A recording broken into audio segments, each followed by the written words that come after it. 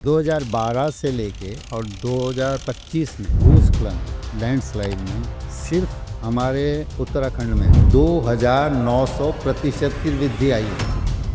सरकारी कागजों में मैं नहीं मिलता हूँ यहाँ पे, उसकी वजह से मेरा होम स्टे कैंसिल कर दिया जाता है। अगर आप प्रधान भी बन गए, जिला पंचायत सदस्य, करिए ना आप डेवलपमेंट, लेकिन आप जब उसको पहले ही पैसों में खरीद के उनकी कीमत लगा रहे हैं तो डेवलपमेंट कहाँ होगा। लाखों पेड़ कट गए 4 लेन करने के लिए, मुझे बताइए 4 लेन करने की क्या ज़रूरत है। उन्होंने देखते ही बोला आपने तो सफ़ेद चादर बिछा रखी है, ये तो होटल है। मतलब उनके दिमाग में होम स्टे का मतलब है कि लाल पीली नीली चादर बिछाइए आप। वो 2 चीफ मिनिस्टर वहाँ पे आए और वहाँ पे आके बड़े गौरव के साथ बता रहे थे कि हम भी इसी कॉलेज से शुरू हुए थे और हमने यहाँ से शुरुआत की, अपनी राजनीति की और हम इस पद तक पहुँचे।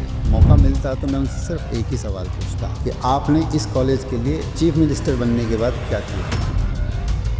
एक ऐसा गांव था जिसमें 8-10 लोग बहुत मेहनत कर रहे थे। अब उनके पास 400 किलो टमाटर हो गए, मटर हो गए, भिंडी हो गई। वो करने के बाद मार्केट ही नहीं था। जो उनका जोश था वो सब खत्म हो गया क्योंकि हम मार्केट नहीं दे पा रहे हैं। जिधर भी आपदाएं आ रही हैं धराली की आई, किसको फर्क पड़ा। 4 दिन शोर मचता है, उसके बाद 4 दिन के बाद फिर वहीं वापस आके हम बैठ जाकर। 2013 में जब घटना आई थी, मैं 2016 में गया था और मैंने तभी बता दिया था कि ये स्टार्ट है।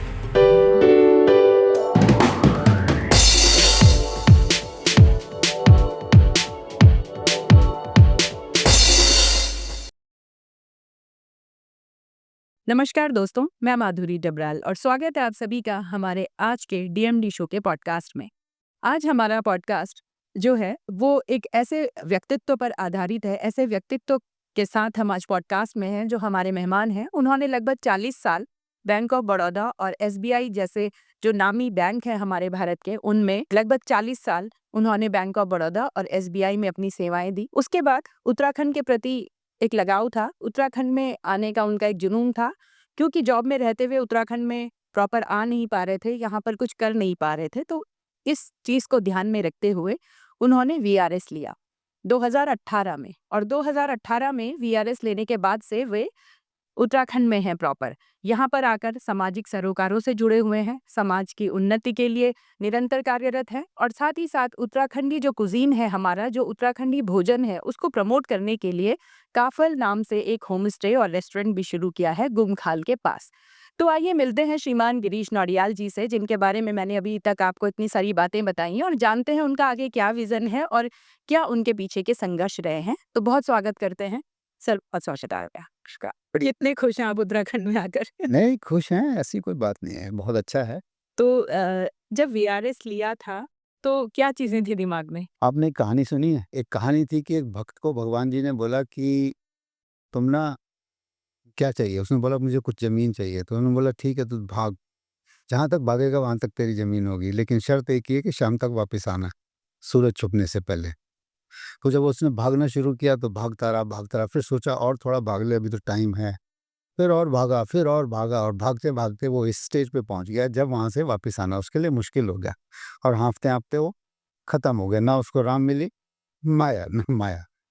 मेरा भी वही मानना है कि अगर हम लोग अपनी इस रेस में हमेशा भागते रहेंगे, नौकरी करते रहेंगे, पैसा ही कमाते रहेंगे, आखिर कहीं तो हमारे को लाइन खींचनी ही पड़ेगी ना। तो वो लाइन खींचने के लिए ये संतुष्टि आपकी एक जगह पे आएगी, उसके लिए मैंने सोचा कि क्यों ना हम अपने को सही जगह पे रोकें।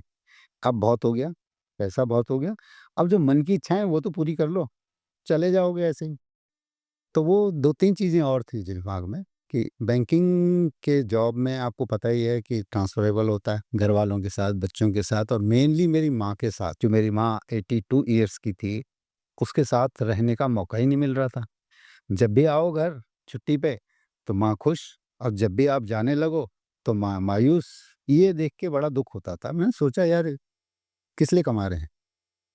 तो चलो माँ के पास रहेंगे कुछ शाम, पता नहीं अब कितना समय बचा है, लेकिन हाँ, कुछ समय मिला और ऊपर वाले की दया से मिला भी। दूसरी बात ये हो गई कि बच्चे जब मेरे बच्चों ने अच्छा कर लिया, वर्किंग मतलब सीए बन गई बेटी और बेटे ने भी अच्छा काम कर लिया, तो बेटे ने एक दिन आके मेरे से बोला कि आपका मन तो उत्तराखंड में रहता है और आप यहाँ क्या कर रहे हो आप? मैं बॉम्बे में था पोस्टिंग, वो ये पूना में था, वो लिख के गया मेरे घर में, अब नहीं तो कब?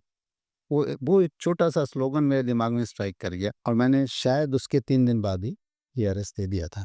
तीसरी बात ये हो गई कि जब उन्होंने मेरे को इतनी सपोर्ट दी कि अब हम पढ़ लिख गए हैं, अब आपको खर्चा करने की ज़रूरत नहीं है, अब अपनी इच्छाओं पे जाओ, तो फिर अपनी इच्छाएँ भी थी। आपको पता ही है, मैं थोड़ी बहुत पेंटिंग कर लेता हूँ और लिख भी लेता हूँ, तो ये सब शौक मेरे को करने थे। तो मैंने सोचा चलो उत्तराखंड चलते हैं, एक छोटा-सा आशियाना बनाएँगे और उसमें जाके कभी दिल्ली और कभी वहाँ, ये पूरा हो सकेगा। एक को आया दिमाग में, उत्तराखंड के लोगों के साथ मैं पहले भी जुड़ा हुआ था, हमारी धर्मशाला थी, गौशाला चल रही थी, वो सब काम चलते रहते थे। आपको शायद पता नहीं होगा कि मैंने अपनी शादी की 25वीं सालगिरह है नहीं, मुझे मालूम है अपने गाँव में बिल्कुल शादी उसी और वो तरीके से वो अपने आप में एक अनूठा प्रोग्राम था। इस तरीके से जुड़ाव रहा और फिर फाइनेंशियली तो कोई दिक्कत ही नहीं थी। तो सोचा कि चलो अभी चलते हैं, अभी जब तक शरीर अपना साथ दे रहा है, कोई बीमारी नहीं है। बैंकिंग में आपको पता ही है कि कल को कोई प्रेशर आ गया और कोई हार्ट की बीमारी लेके घर आ गए, तो आप लायबिलिटी बन के घर आ जाओगे। तो मैंने सोचा उससे बेहतर है, हाँ, तो पहले ही चलो और जो मन में है वो करो। बस ये सब सोचते हुए मैं आया और सीधे ही उत्तराखंड पहुँच गया मैं।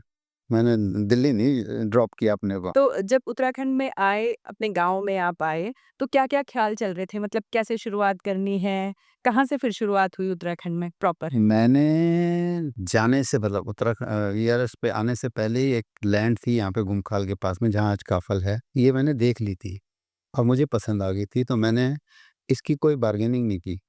मैंने जिस आदमी से करी था उससे सिंपली मैंने कहा ठीक है, मेरे को पसंद है, ये आपने जितने पैसे मांगे उतने पैसे आप पकड़िए और लीजिए। बस ये था कि गांव के रास्ते में पड़ती थी, एक बहुत ही सुंदर जगह पर थी, आपने तो देखी हुई है वो, बिल्कुल जंगल के बीच में है, हाईवे पे है। तो मैंने कहा यहाँ पे रह के एक छोटा सा आशियाना बनाते हैं, आना जाना भी लगा रहेगा, दिल्ली से नज़दीक है, तो दोनों काम हो जाएंगे। वो मैंने वहाँ पे रह के मैंने कहा पहले बनाते हैं, फिर उसके बाद अपने सारे कार्यक्रम अपने करेंगे। गाँव आना-जाना फिर भी लगा रहा, रेगुलर था और किया, अभी भी चल रहा है। अभी भी अगर मैं कहूँ कि 30 गायों की धर्मशाला और गौशाला चल रही है, तो चल रही है। तो और काफ़िल आपने गाँव में क्यों नहीं सोचा? काफ़ल के डिस्टेंस बहुत था। मैं आपको कहूँ कि दिल्ली से मुझे 12 घंटे लगते थे गाँव पहुँचने में और हालत ख़राब हो जाती थी। फिर ये भी था कि अब शरीर धीरे-धीरे करके बुढ़ापे की ओर अग्रसर हो रहा था, तो मुझे भी लग रहा था कि क्यों हम ऐसा काम करेंगे, जब अभी हमें तकलीफ़ हो रही है तो अगले 5 साल बाद या 10 साल बाद तो होगी ही। इस वजह से फिर मैंने सोचा कि बीच में बनना चाहिए ताकि दोनों तरफ आपका सामंजस्य बना रहे। तो वो बना के रखा फिर उसके लिए उसी फील्ड फैमिली जो दिल्ली में सेटल है उसके लिए भी और जो आपके गाँव से जो लगाव है, जुड़ाव है उसके लिए भी? नहीं, फैमिली तो छोड़ नहीं सकते, फैमिली तो छोड़ने भी नहीं देगी कि बच्चे हैं और अभी बच्चों की फिर आगे और ज़्यादा होते हैं, तो नाती-पोते उनसे तो लगाव वैसे ही हो, तो मतलब फ्यूचर को देखते हुए ही यहाँ पे बनाया है बसेरा। हाँ, यहाँ पे आपके दोनों ही पर्पज़ सॉल्व हो रहे हैं। फिर यहाँ पे वो भी था ना, मन के अंदर एक बहुत बड़ा द्वंद चल रहा था कि हम उत्तराखंड का फूड क्यों नहीं खिलाते हैं? ये लड़ाई थी मेरे अंदर। जो आग थी वो ये थी कि हम उत्तराखंड का फूड कहीं दिखाते ही नहीं किसी को। ऐसा कैसे हो सकता है कि हमारा फूड कहीं किसी प्लेटफ़ॉर्म पे जाता ही नहीं है और हमारे पास सबसे न्यूट्रिशियस फूड है। आज की तारीख में मैं कहूँ तो शायद मिलेट को जो प्रमोट हो रहा है तो उस सारा हमारे पास ही है। उस फूड को दिखाने के लिए, अपनी संस्कृति को दिखाने के लिए, हालाँकि हम बहुत छोटे से हैं, पूरे अगर मैं देश की बात करूँ तो देश का एक बहुत छोटा-सा हिस्सा है हमारे पास। मेरे ख्याल से 1.6% लैंड है सिर्फ़। और पॉपुलेशन भी कहाँ 1 करोड़ के करीब है, 1 करोड़ में से भी सिर्फ रोल में ही है, बाकी तो सब दिल्ली या भी रहते हैं, तो 60-70 लाख की पॉपुलेशन में हम, लेकिन हाँ, दिखा ज़रूर सकते हैं, हमारे पास बहुत कुछ है दिखाने के लिए, वो एक इच्छा थी और करने की कोशिश भी कर रहा है। नहीं, तो आप तो काफ़ी अच्छा आप वहाँ पर कर रहे हैं काफ़ल में। तो जैसे कि अब आप वापस आए उत्तराखंड और अब तो 5 साल से ज़्यादा आपको यहाँ पे टाइम हो गया है आपको स्पेंड करते हुए, आपको यहाँ पे कार्य करते हुए प्रॉपर। तो जब आप आने की सोच रहे थे तब जो तस्वीर दिमाग में थी आपके और जब आप यहाँ पर आप धरातल पर अब आप काम करने लगे हैं, तो दोनों तस्वीरों में कोई फ़र्क दिख रहा है या जैसा सोचा था वैसा ही सब मिल गया? फ़र्क तो होगा ही देखिए, फ़र्क तो आप मान के चलिए कि फ़र्क होगा ही, क्योंकि हमारी एक्सपेक्टेशन हर एक शख्स की एक्सपेक्टेशंस तो हमेशा ज़्यादा ही रहती हैं। तो उस हिसाब से मैं कहूँ कि सोचा था ये होगा, ऐसा कर देंगे, वैसा कर देंगे, ऐसे लोग मिलेंगे, ऐसे लोगों के साथ जुड़ेंगे, काम करेंगे। उसमें थोड़ी-सी मायूसी ज़रूर हुई, लेकिन ऐसा नहीं है, कोशिश कर रहे हैं, जिस दिन बनेगा। अभी ऐसा लोगों को पता चलता है हमारे बारे में तो लोग अपने गाँव बुलाते हैं ना, तो ये हमने नहीं सोचा था ना।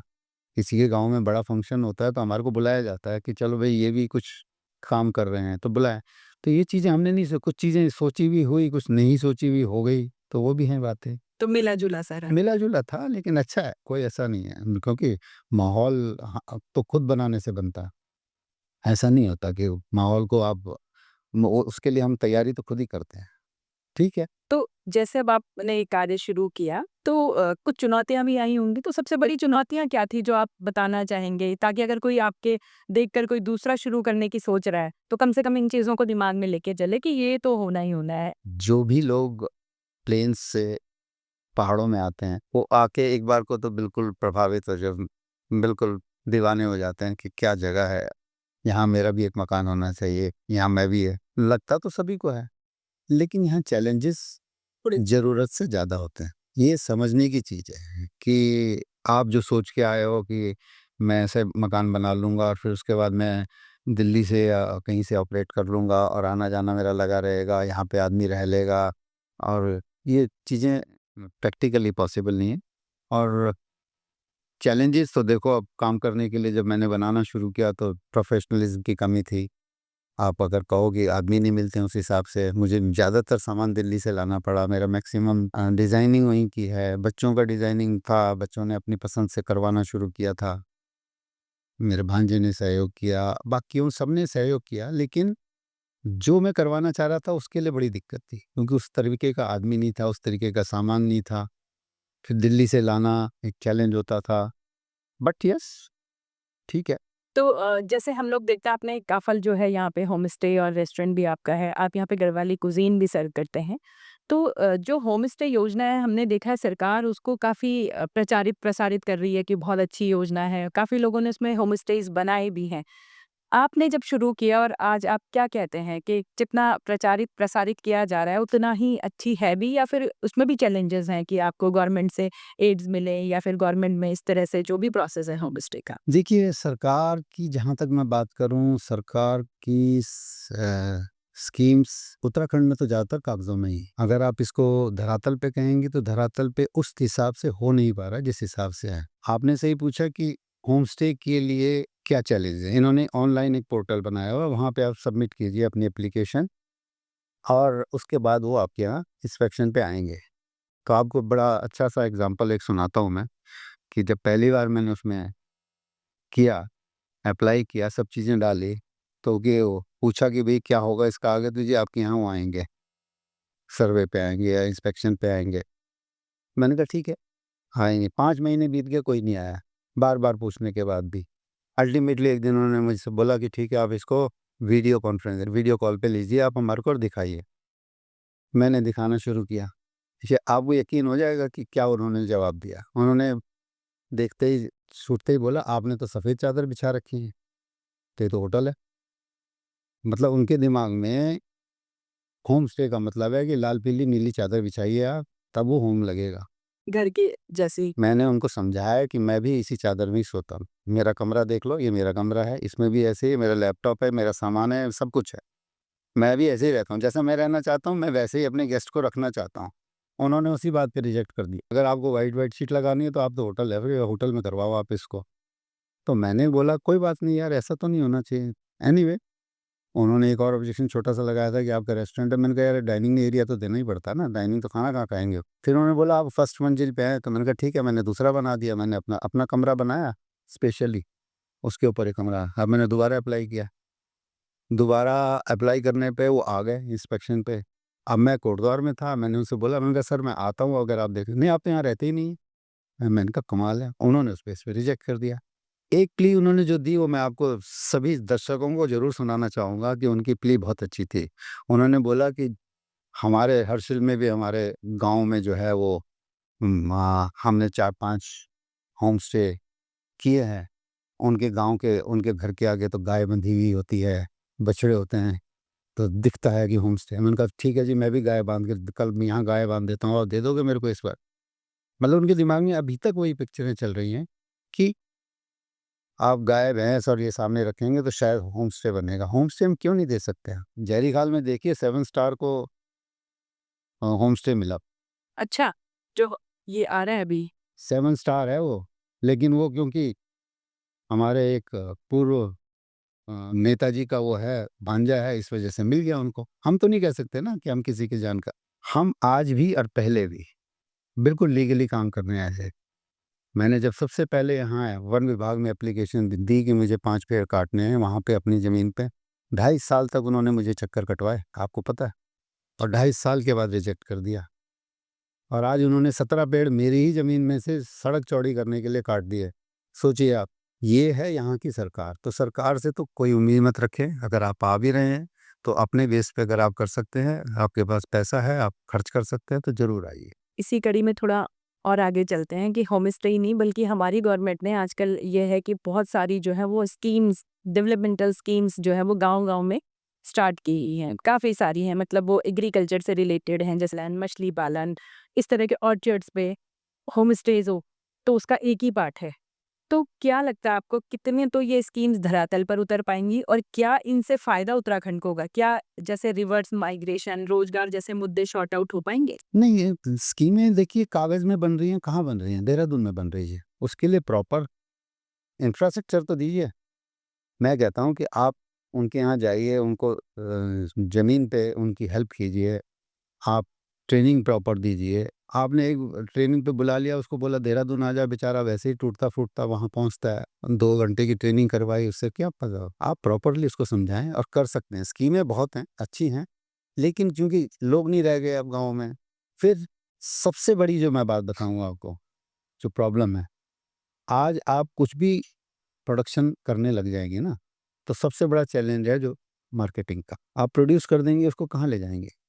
क्या गवर्नमेंट ने कोई इंफ्रा तैयार किया उसके लिए? नहीं।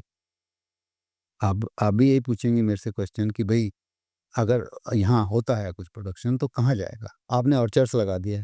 ऑर्चर्ड्स लगा के आपने बोला कि ठीक है जी, इसको हमने आपको ये हेल्प दे दी, इतने पेड़ दे दिए, इतनी वो दे दी। लेकिन जब वो प्रोड्यूस हो जाएगा तो वो कहाँ जाएगा? यहाँ से बेचारा अगर आज़ादपुर मंडी दिल्ली लेके जाता है और वहाँ उसको दाम नहीं मिलता, तो उससे बढ़िया तो वो कहता है कि इससे बढ़िया तो मैं फेंक दूँ तो ज़्यादा अच्छा है। इतनी मेहनत करी और उसके बाद कुछ नहीं मिला उसको। वैसे ही मछली है। इनके कोल्ड स्टोरेज बनने चाहिए थे, मंडी बननी चाहिए थी। यहाँ मंडी में बाहर से लोग आते, जैसे आप सेब की मंडी देखते होंगे, हिमाचल में जाएँ, मैं हिमाचल में रहा हूँ। हिमाचल में सोलन में एक मंडी लगती है, किन्नौर से सेब आते हैं, ऊपर से सब सेब आते हैं, वहीं पे सारा डील होता है। डील होता है, दोनों पार्टी आती हैं और वहाँ पे मिलती हैं और सेब का बहुत बड़ा कारोबार होता है वहाँ पे। क्यों नहीं हम ऐसा कर सकते? हम भी कर सकते हैं। आप अब उसने प्रोडक्शन कर दिया, सपोज़ कीजिए कि उसने मछली पालन कर दिया, मछलियाँ होने लग गई उसके पास, कहाँ मार्केट कहाँ है उसके पास? वो लोकल मार्केट में क्या 2-2 रुपए की मछली जाके बेचेगा? नहीं, मैं बताता हूँ कोविड में हमारे बच्चे आए थे वापस, दुनिया आई थी ना वापस। हाँ, बिल्कुल आई थी। एक ऐसा गाँव था जिसमें 8-10 लोग बहुत मेहनत कर रहे थे खेती के ऊपर। हमें पता लगा तो हम उनके पास गए, चूँकि हम सोशल वर्क में रहते थे, तो हमने उनके पास जाके पूछा कि तुम्हें क्या प्रॉब्लम है? उन्होंने बोला देखो जी, हम खेती-बाड़ी तो कर रहे हैं लेकिन हमारे पास खाद की प्रॉब्लम है। खाद हमें गाँव से लानी पड़ती है बहुत दूर से। मैंने कहा इसका सॉल्यूशन बताओ आप। बोले अगर हम यहाँ पे गाय बाँध दें ना, तो हो जाएगा। तो मैंने कहा हम तुम्हें गाय का शेड देते हैं, गौशाला बनाओ तुम, शेड हम देंगे। तो हमने उनको शेड फाइनेंस किया। उन्होंने कुछ किया भी। अब उनके पास 400 किलो टमाटर हो गए, मटर हो गए, भिंडी हो गई, और बहुत सारी चीज़ें उन्होंने, बहुत बढ़िया था। मेरे पास आज तक उनकी वीडियोज़ हैं। वो करने के बाद बेचारे कहाँ जाएँ टमाटर, मार्केट ही नहीं था। अल्टीमेटली 8 में से 2 गए, फिर 2 गए, लास्ट में 2 रह गए और खत्म हो गया वो। जो उनका जोश था वो सब खत्म हो गया, क्योंकि हम मार्केट नहीं दे पा रहे हैं। आप देख लीजिए, मशरूम हमारे यहाँ बहुत बढ़िया होता है। मशरूम की मार्केट कहाँ है बताइए भाई?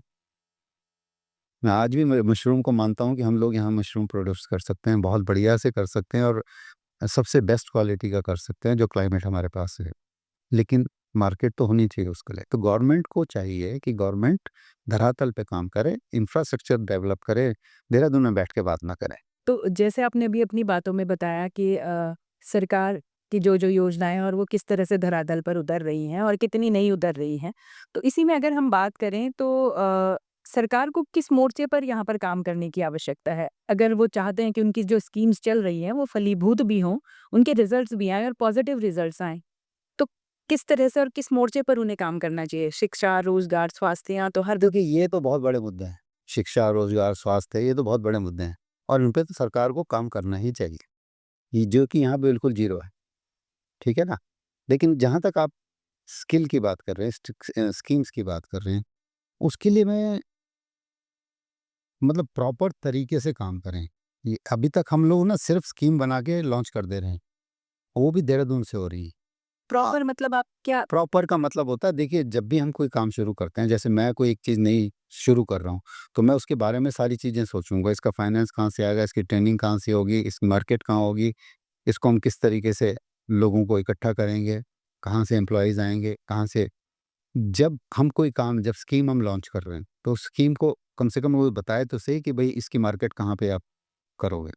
आपने दे दिया उनको कि आपके लिए हमने ये स्कीम दे दी कि आपने यहाँ ये बकरी पालन कर दिया। तो क्या बकरी वो गाँव-गाँव बेचेगा क्या? बकरी का बड़ा कारोबार, सोच भी बड़ी होनी चाहिए ना कि मैं विज़न के साथ काम विज़न के साथ काम करें कि बकरी का ये मतलब नहीं है कि उसने 50 बकरी एक ने पाल लिया वो 10 बकरी एक ने रख ली, 20 एक ने रख ली। आप बड़े लेवल पे सोचिए कि जब वो होगा तो हम उसकी मार्केट उसको दे सकते हैं। मीट की मार्केट दे सकते हैं। मीट को हम कलेक्ट कर सकते हैं, कलेक्शन सेंटर्स होने चाहिए, उसके बाद उसकी प्रॉपर आगे मार्केट होनी चाहिए।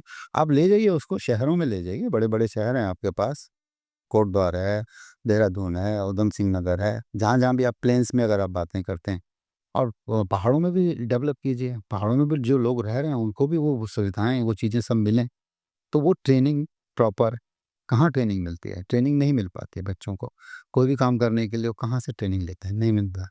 लेकिन इसके साथ-साथ ही और चीज़ें भी मतलब अगर कोई भी काम शुरू करते हैं तो आप बिज़नेस आपने भी जब काम शुरू किया होगा तो 100 बातें सोची होंगी। कहाँ से ये चीज़ें आएँगी, अच्छी चीज़ें आएँगी, कहाँ से अब वो सब चीज़ें देने के बाद भी अगर नहीं होता तब अलग बात है। लेकिन मैं ये कहूँ कि सरकार क्या करे शिक्षा, रोज़गार, स्वास्थ्य कहाँ से होगा बताओ आप? जब हमारे यहाँ सोच ही नहीं। अब आपको छोटी सी एक चीज़ बताऊँ?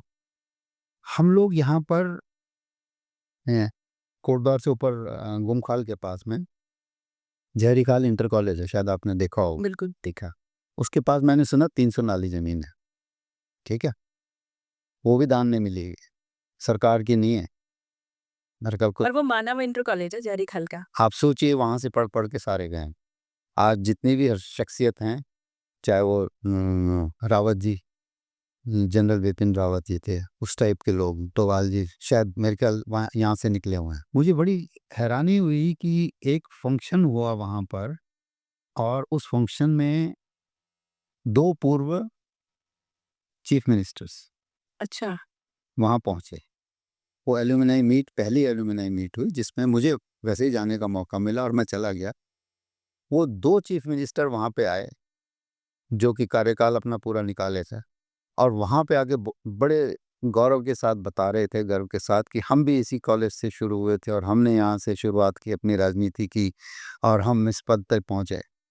मेरा अगर मौका मिलता तो मैं उनसे सिर्फ एक ही सवाल पूछता कि आपने इस कॉलेज के लिए चीफ मिनिस्टर बनने के बाद क्या किया? क्या आपने इस कॉलेज के लिए कोई बढ़िया काम किया? मैं बताता हूँ, यही कॉलेज आप मुझे हैंडओवर कर दीजिए, मैं इसको सनावर कॉलेज से बढ़िया बना दूँगा। हिमाचल में आपने सनावर स्कूल देखा है? हम क्यों नहीं उसको एक बोर्डिंग स्कूल में कन्वर्ट कर सकते हैं? कोटद्वार उसके 30 किलोमीटर की रेंज में है। यहाँ से सामान उसको पूरा मिल सकता है। बिल्कुल। आना-जाने का हाईवे पे है, कन्वेंस की कोई लैंसडौन बिल्कुल बगल में। लैंसडाउन सामने घूमने-फिरने के लिए वहाँ पे है।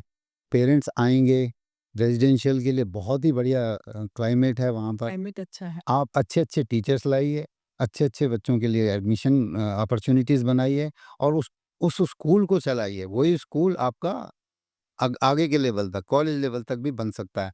ये अगर काम उन्होंने सोचा होता क्योंकि सोच नहीं है ना, तो अगर ये किया होता तो शायद वो जयहरी खाल इंटर कॉलेज आज की तारीख में वो 800 1000 बच्चों से 200 बच्चों पे नहीं आया हुआ होता। क्या है वहाँ पर? बिल्कुल, मैं आजकल कभी भी जाता हूँ तो वही पुरानी कैंटीन, वही पुरानी बिल्डिंगें, कुछ भी डेवलपमेंट नहीं है। तो कैसे होगा जब शिक्षा, स्वास्थ्य, रोज़गार के नाम पे ज़ीरो है?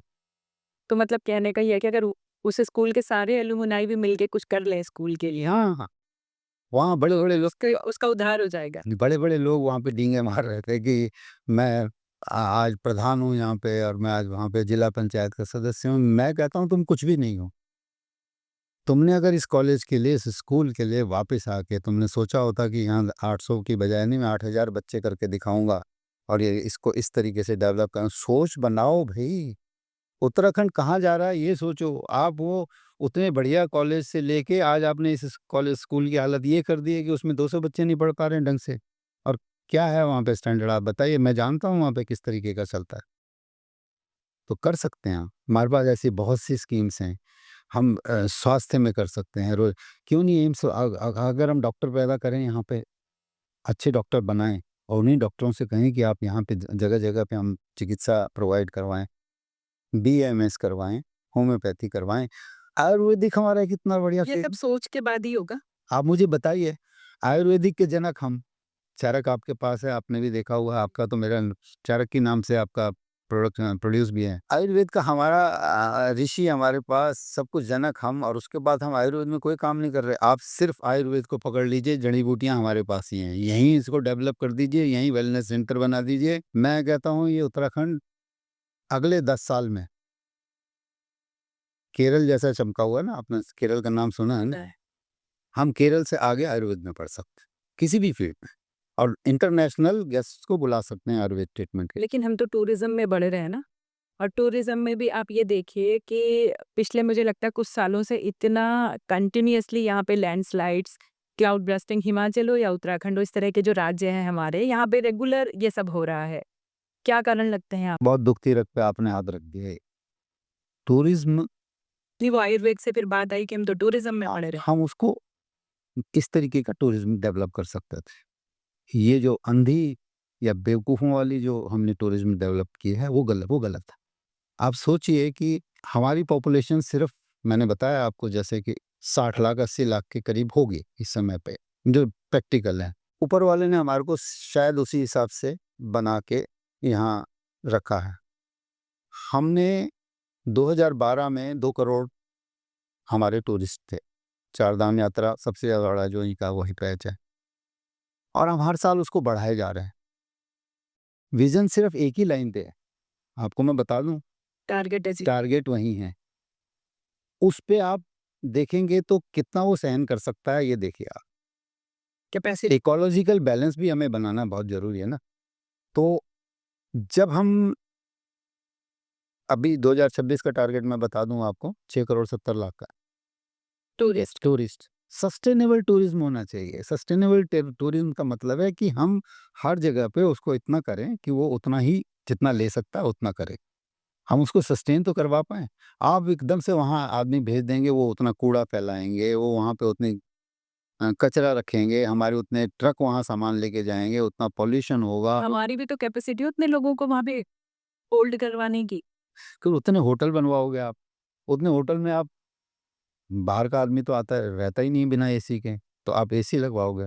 बिजली आप दे नहीं पा रहे हो, बिजली आप दोगे नहीं, वो जनरेटर चलाएगा तो पॉल्यूशन बढ़ाएगा तो गाड़ियों के एसी बढ़ेंगे, आपके ट्रकों का फ्यूल जलेगा। कहाँ से इकोलॉजी को वो बैलेंस कहाँ जा रहा है आपको पता है? वो ग्लेशियर्स पे जा रहा है। और ये जो धराली की घटना हुई है, ये सब इसी का रीज़न है, इसी का उदाहरण है।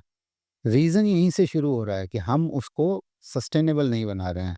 हम सिर्फ़ आँख मीच कर टारगेट कर रहे हैं कि हमने 8 करोड़ कर दिया, 10 करोड़ कर दिया। क्यों? आप उसको बिल्कुल वो कीजिए। मैं भूटान गया था।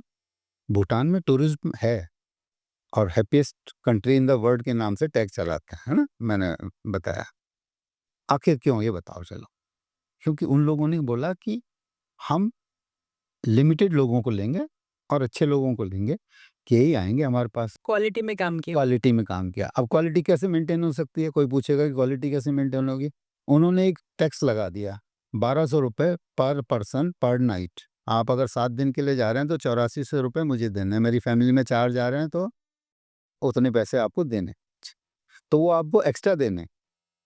तो आदमी सोच के जाएगा ना कि मेरे को इतना खर्चा फिर करना। कहीं न कहीं शायद वो उनके वहाँ पे डेवलपमेंट उसमें लगा। फिर वो लगाते हैं, फिर वो करते भी हैं, उसकी सफाई के लिए रखते हैं। ट्रांसपेरेंसी के साथ वो काफ़ी काम भी आएगा ना, वो लगना भी चाहिए वहीं। तो वही हम भी कर सकते हैं। ऐसा नहीं है कि हम नहीं कर सकते, हम भी टूरिज़्म को बढ़ा सकते हैं, लेकिन थोड़ा सोच समझ के। ऐसा नहीं कि हम आँख मीच के करे जा रहे हैं। कौन होटल बना रहे हैं? कहाँ से वर्कर्स आ रहे हैं? ये तो एक माफिया हो गया ना। ये आज की तारीख में मैं कहूँ ये भू-माफिया जैसे देहरादून से चलता है, वही है भू-माफिया। जगह-जगह पे जहाँ-जहाँ पे भी अपॉर्च्युनिटीज़ हैं, वहाँ पे उन्होंने लैंड खरीद ली, बड़े-बड़े होटल बना दिए। आप क्यों 11-11 10-10 मंजिल की होटल बनवा रहे हैं वहाँ पे? बिल्कुल, नहीं है, जब यहाँ नहीं। कैपेसिटी नहीं है यहाँ के कैपेसिटी लैंड की। तो कैसे होगा आप बताइए? नंबर ऑफ होटल्स कितने होने चाहिए?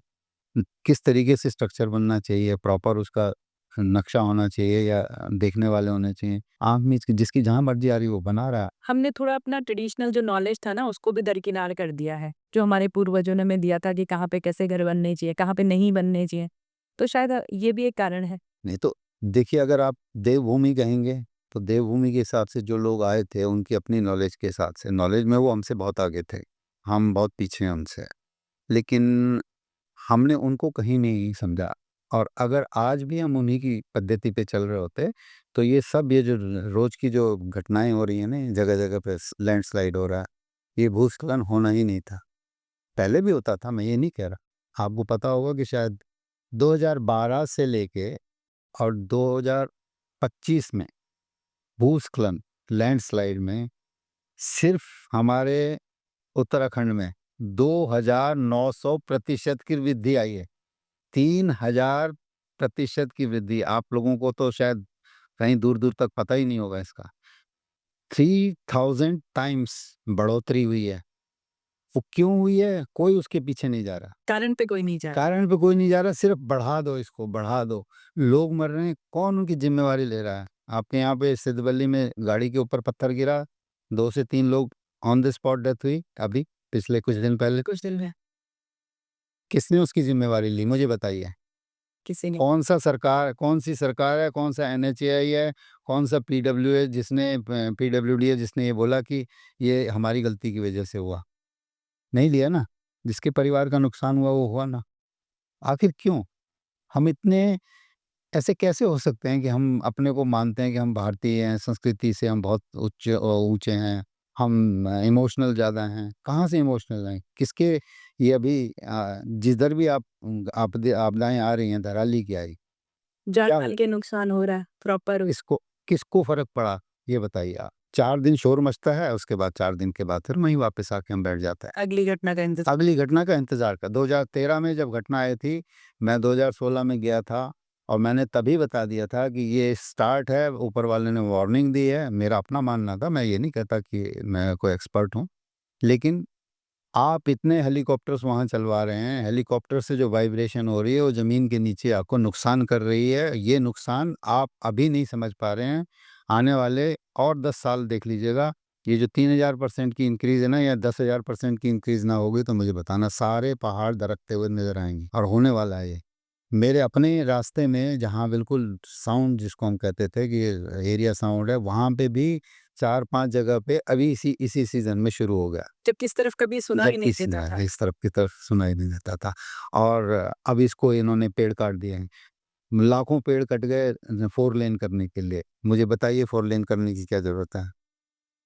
सिर्फ़ अपने दिमाग में एक आया हुआ है कि चाइना बॉर्डर तक हम अपना सामान ले जाना है, उसके लिए हमने बनाना है। आप चाइना बॉर्डर तक क्या किसको दिखाना चाह रहे हो आप? आपने मेरे हिसाब से जो पेड़ कटे हैं 21,000 स्क्वायर हेक्टेयर्स 21,000 हेक्टेयर्स के पेड़ आज तक ये काट चुके हैं। समझ गया? 21,000 हेक्टेयर किसको बोलते हैं? मेरे पास 0.8087% ज़मीन है, जिसमें 44 पेड़ थे।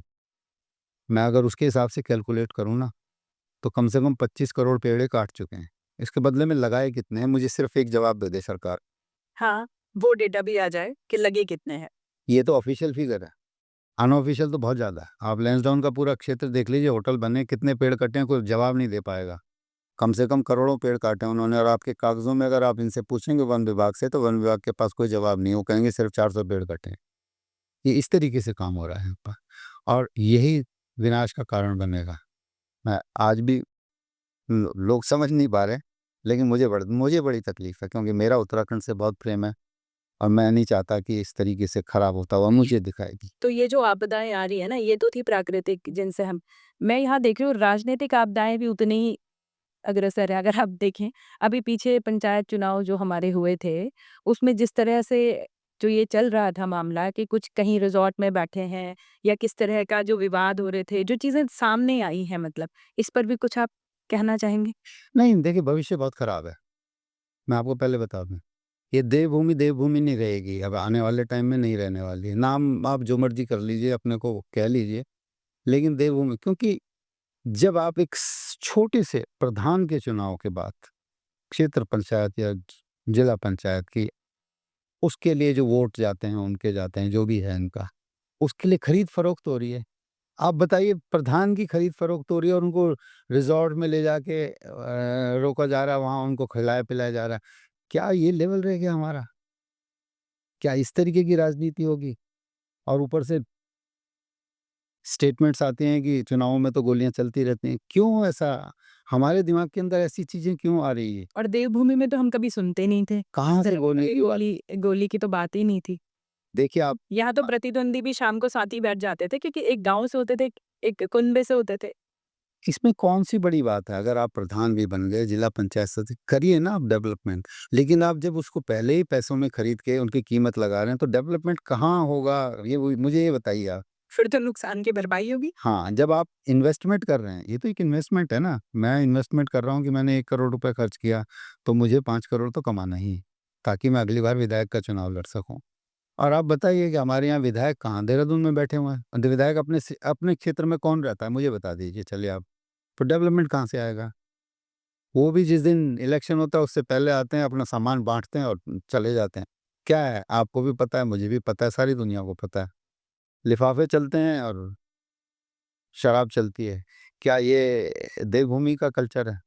देवभूमि का कभी भी कल्चर नहीं होना चाहिए था ऐसा, जिसका मुझे दुःख भी है और मैं सभी राजनीतिक दलों से रिक्वेस्ट भी करूँगा कि इसको बढ़ावा ना दें। आप किसी भी तरीके से इलेक्शन लड़ें, जीतें, लेकिन ज़रूर हमारे यहाँ का जो संस्कृति है, समाज है, उसको खराब ना करें। ये तो मेरी रिक्वेस्ट रहेगी। तो अभी जैसे इसी कड़ी में जब राजनीति वाली बातें चली रही हैं, तो एक चीज़ और दिमाग में आई कि मोदी जी का सपना है 2047 तक उनका कहना है हम डेवलप्ड नेशंस की श्रेणी में होंगे। तो उस डेव मैं भारत की बात तो बाद में करूँगी, लेकिन पहले मैं जानना चाहूँगी उस 2047 में हम उत्तराखंड कहाँ देखते हैं उत्तराखंड को? देखिए, जिस तरीके से चल रहा है उसमें कोई भविष्य नहीं है। ये आने वाले टाइम में एक तरीके से होटल इंडस्ट्री का एक बहुत बड़ा वो बन जाएगा, लैंड माफिया का ये रगड़ बन जाएगा। लोगों का पलायन हो गया, लोग गाँव खाली हो गए, उनकी ज़मीनें औने-पौने दाम पे बाहर से आके लोग खरीद लेंगे और उसके बाद अभी क्या है, अभी उन्होंने भू कानून बना दिया कि बाहर का आदमी नहीं ले सकता। मैंने माना कि नहीं ले सकता, लेकिन मैंने आपको बोला कि आप यहाँ रहने वाले हो, चलो आपके साथ साठ-गाँठ कर दी, आपके साथ बोल दिया कि आपके नाम पे हम ज़मीन ले रहे हैं, ले ली। ये तो कर ही रहे हैं ना लोग यहाँ। इस तरीके से ही काम होता है ना, होटल कैसे बन रहे हैं आप बताइए? जब वो यहाँ का रहने वाला नहीं है, होटल कैसे बन रहा है उसका? क्योंकि उसने अपने किसी एम्प्लॉयी के नाम पे ज़मीन ले ली या वो अरेंज कर लिया। तो ये चीज़ें आने वाले टाइम में सिर्फ़ होटल इंडस्ट्री में कन्वर्ट करने की जो जो सोच है इस समय वही चल रही है और उसको लैंड को ही कब्ज़ा कर रहे हैं। गाँव से लोग पलायन करेंगे, उनसे ये हल्के उस पे दाम पे ले लेंगे और वही आगे बढ़ने वाला है।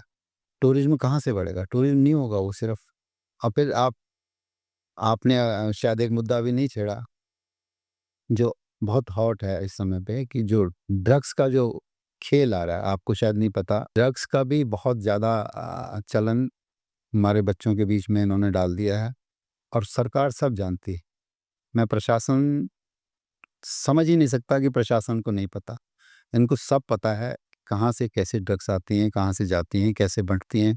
हमारे बच्चे ड्रग्स के जाल में फँसते जा रहे हैं और एक दिन वो आएगा कि हमारे बच्चे तो यहाँ पे सब बर्बाद हो जाएँगे। भविष्य अंधकार में है। भविष्य अंधकार में, जो आप 2047 की बात कर रही हैं, पहले तो बच्चे ही कितने हैं, जब उनके लिए एजुकेशन प्रॉपर नहीं है, आप उस पे कोई ध्यान नहीं दे रहा कि यहाँ पे हायर इंस्टीट्यूट्स होने चाहिए, हायर एजुकेशन के सेंटर्स होने चाहिए। फिर उनको आप बच्चों को अच्छे तरीके से करो। मेरे से आप पूछें कि कैसे 2047 बन सकता है, मैं बताता हूँ आपको यहाँ पे। आप यहाँ पे आईटी सेंटर बनाइए, हमारे पास क्लाइमेट सबसे बढ़िया बिल्कुल। है कि नहीं? इसी क्लाइमेट में हम आईटी सेंटर्स जैसे जगह-जगह बने हैं, चाहे वो बैंगलोर है, चंडीगढ़ है, हम वो आईटी सेंटर बना सकते हैं। हमें किसकी चीज़ ज़रूरत होती है कि लोगों के बच्चों के रहने के लिए जगह अच्छे से बन जाएँ, हॉस्टल बन जाएँ, कमरे बन जाएँ और लैंड वो जो वाईफ़ाई वगैरह का है काम करने के लिए, ऑनलाइन काम करने के लिए आप उनको प्लेटफ़ॉर्म दे सकें। आप वो काम करवाइए ना, उसमें तो कोई दिक्कत नहीं है ना, किसी चीज़ की ज़रूरत ही नहीं है। कोई ऑन इंफ्रास्ट्रक्चर ही नहीं चाहिए। इंफ्रास्ट्रक्चर ही नहीं चाहिए। लीज़ लाइन आपके पास आ गई, आपने उनसे वो कनेक्शन दे दिया, वो काम करने लग गए। आप दुनिया के लिए काम कीजिए। अमेरिका कुछ होम स्टे भी चल जाएँगे क्यों नहीं चले? इस विज़न पे। वो एक सस्टेनेबल और एक अच्छा वाला टूरिज़्म भी रहेगा। बिल्कुल। लोग आएँगे, काम करने वाले भी आएँगे, टूरिज़्म वैसे भी आएँगे। फिर उसके साथ ही हम स्कूलिंग बहुत बढ़िया दे सकते हैं, कॉलेज बहुत बढ़िया बना सकते हैं। सब कुछ है हमारे पास, जगह तो है, सोच नहीं है। आयुर्वेद के लिए मैंने बोला, सोलर पावर के लिए मैंने बोला। सच में बहुत ज़्यादा इंफ्रास्ट्रक्चर की आवश्यकता रहती है और हमारे यहाँ सस्टेनेबली वो डेवलप हो सकती है। बिल्कुल हो सकता है। मैं कह रहा हूँ कि आप कहाँ कमी रह जाती है? क्या क्या गवर्नमेंट के पास इस तरह के पॉलिसी मेकर्स नहीं है? हाँ, ये तो बात आपने सही कही। पॉलिसी मेकर्स कहाँ से आएँगे बताइए आप? जो पॉलिटिकल सोच होती है ना, हमारा डेमोक्रेटिक जो सेटअप है, डेमोक्रेटिक सेटअप में पॉलिटिकल सोच डिसाइड करती है कि क्या काम आगे होना है। आज अगर मोदी जी चाह रहे हैं, तब उस तरीके का काम हो रहा है। कल इंदिरा गांधी थी, वो जिस तरीके का काम चाह रही थी, उस तरीके का हो रहा था। वहाँ से चलता है, विज़न वहाँ से चलता है और उसके बाद फिर आपकी ब्यूरोक्रेसी काम करना शुरू करती है, ऑन लाइन्स पे काम करना शुरू करती है। आज हम फॉरेन पॉलिसी में क्यों इतने बढ़िया हैं? हम जवाब दे रहे हैं ना। अमेरिका को हमने जवाब दे दिया ना, बहुत अच्छे से दिया, दुनिया जानती है। क्यों? क्योंकि हम चाहते हैं, पॉलिटिकल सोच चाहती है। क्यों? हम भी यहाँ अगर उसी तरीके की पॉलिटिकल सोच लेके आएँ और कोशिश करें कि जो उत्तराखंड हमारे को दिखना चाहिए, हम उसको लेके आएँ। जब पॉलिटिकल सोच में आप किस तरीके के लोगों को आप लेके आ रहे हैं? मैं पता आप मज़ाक समझेंगे इसको कि लोग कहते हैं, ये जनरल वो है कि जो प्रधान के लायक नहीं है, वो मंत्री बने हुए हैं। तो ये एक बड़ा छोटा-सा सेंटेंस है लेकिन बात में बहुत दम है। बिल्कुल, है ना? कि जब उनके पास उतनी सोच ही नहीं है, आप उनको सिर्फ़ बिठा दिया, अब उनकी सोच कहाँ तक रह जाती है? देखिए मेरे पास ₹500 हैं और मुझे उम्मीद है कि मेरे पास ₹5000 होने चाहिए, तो मेरी सोच 5000 तक गई। अब हो क्या रहा है कि जब मंत्री बन गया, तो उसको 5000 मिल गया तो वो शांत हो गया, लेकिन 5000 के पीछे जब उसने करप्शन किया, तो वो जो ₹4500 उसने एक्स्ट्रा लिए, कमाए अपनी अपनी मेहनत के अलावा, उसके पीछे जो ब्यूरोक्रेट है उसने कितने कमाए होंगे आप सोचिए।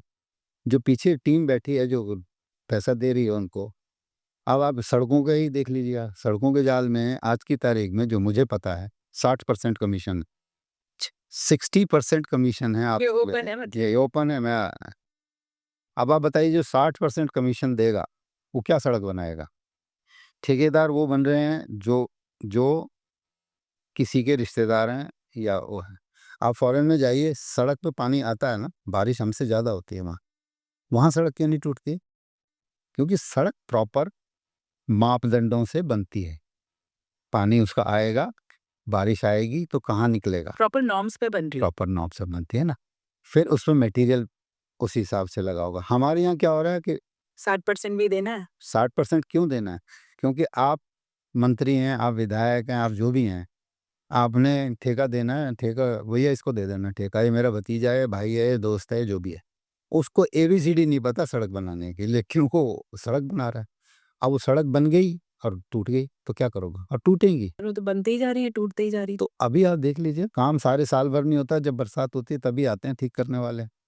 क्योंकि बजट तभी उनको मिलता है, खत्म करते हैं अगले साल के लिए। कितनी सोच है, वो सोच जहाँ एक ही शब्द है उत्तराखंड को बढ़ाने के लिए सोच। जिस दिन वो आ गई की कमी। जिस दिन वो आ गए उस दिन 2047 हमारा होगा। मैं 1.6% से बोल सकता हूँ, कि इतनी ज़मीन होने के बाद और 1 करोड़ की पॉपुलेशन के बाद हम टारगेट वहाँ रख सकते हैं ऊपर और उसको अचीव कर सकते हैं, सिर्फ़ एक सोच शब्द। तो जैसे थोड़ा-सा हम पॉलिटिकली काफ़ी आगे चले गए। थोड़ा-सा अगर मैं आपसे पूछूँ, वापस आएँ हम अपने टॉपिक पे कि जो हम यहाँ का जो काम आपने किए है यहाँ पे और जैसे कि आपके अनुभव रहे, उसके आधार पे अगर मैं बोलूँ कोई प्रवासी जो बाहर रह रहा है और वो यहाँ पे इन्वेस्ट करके अपना काम करने आ भी रहा है, तो उसके प्रति जो स्थानीय लोग होते हैं, उनका रवैया कैसा होता है? सरकार को तो अगर हम एक तरफ रख भी दें, तो फिर हमारे आपस के लोग जो हैं, वो कितना सपोर्ट करते हैं? स्थानीय लोगों की प्रॉब्लम है, मैं उनको भी गलत नहीं मानता। वो लोग स्केर्सिटी में जिए हुए हैं, मतलब कमी में जी रहे हैं, अभाव में जीवन रहा उनका।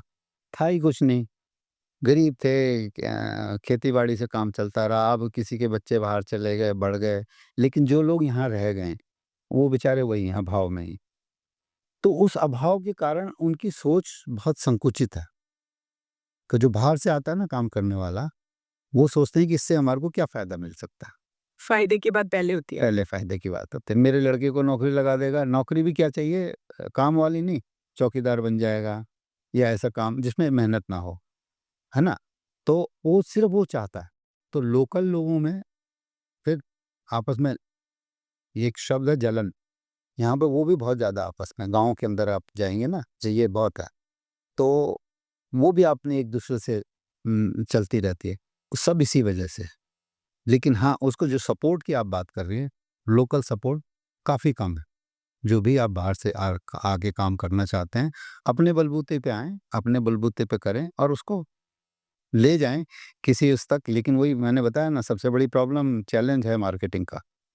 मार्केटिंग। आप कोई भी काम कर सकें, अभी आप लीज़ लाइन नहीं है तो आप यहाँ पे आईटी का काम भी कैसे करेंगे? तो अगर मैं आज आपके अनुभवों से एक लबो-लबाब मतलब एक समरी करके अगर मैं आपसे ये पूछूँ कि अगर कोई आके यहाँ पे इन्वेस्ट करना चाह रहा है, क्योंकि यहाँ के लोग तो इस स्थिति में अभी फ़िलहाल नहीं है, हमारे गाँव की अगर मैं बात करूँ, कि वो एमएनसीज़ से या किसी बाहर की बड़ी कंपनी से हम यहाँ पे उनको कॉम्पीट कर सकें फ़ाइनेंशियली। जी, लेकिन अगर आप जैसे कोई प्रवासी हमारे बहुत अच्छी स्थिति में है, वो यहाँ पर आकर कुछ करना चाहते हैं, तो बेसिक किन चीज़ों का ध्यान रखना चाहिए और कैसे हम मतलब ये कुछ करें कि हम अपने बहुत बड़ी ना सोचें, हम सिर्फ़ अपने गाँव के लिए भी कैसे रोज़गार या कुछ चीज़ें इस तरह से मुहैया करा सकते हैं ताकि हमारे बच्चे यहाँ रुकें? कहाँ हैं बच्चे हमारे पास यहाँ?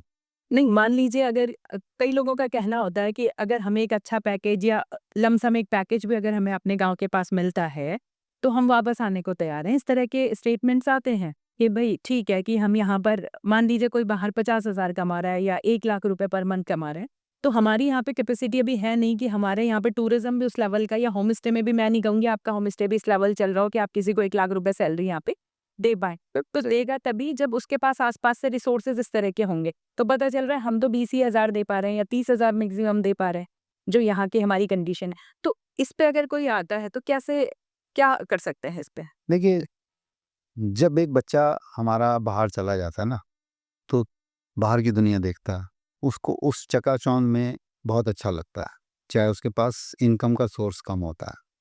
मैं ये नहीं मानता कि सभी बच्चे बहुत अच्छा कमाते हैं, जो बच्चे अपने स्ट्रगल कर रहे होते हैं, वहाँ पे जाके अगर वो 10-15 हज़ार, 20 हज़ार, 50 हज़ार का कर रहे हैं, तो वो उसी हिसाब से चकाचौंध में फिट हो जाते हैं। हमारे यहाँ कहाँ क्या मिलेगा उसको वापस आके? आपके पास हंस फाउंडेशन का वो है, वहाँ डॉक्टर ही नहीं टिकते हैं। हाँ, सतपुली में इतना बड़ा उनका इंफ्रास्ट्रक्चर है हॉस्पिटल। 200 बेड्स का हॉस्पिटल बना, लेकिन स्टाफ मिलना मुश्किल होता है।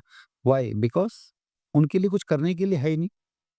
आप उनके लिए डेवलप करो, पार्क्स डेवलप करते हैं आप यहाँ पे, कुछ मार्केट्स डेवलप करते हैं, कुछ दुकानें डेवलप करते हैं, ताकि उनको घूमने-फिरने हर आदमी को थोड़ा-सा मनोरंजन तो चाहिए ना।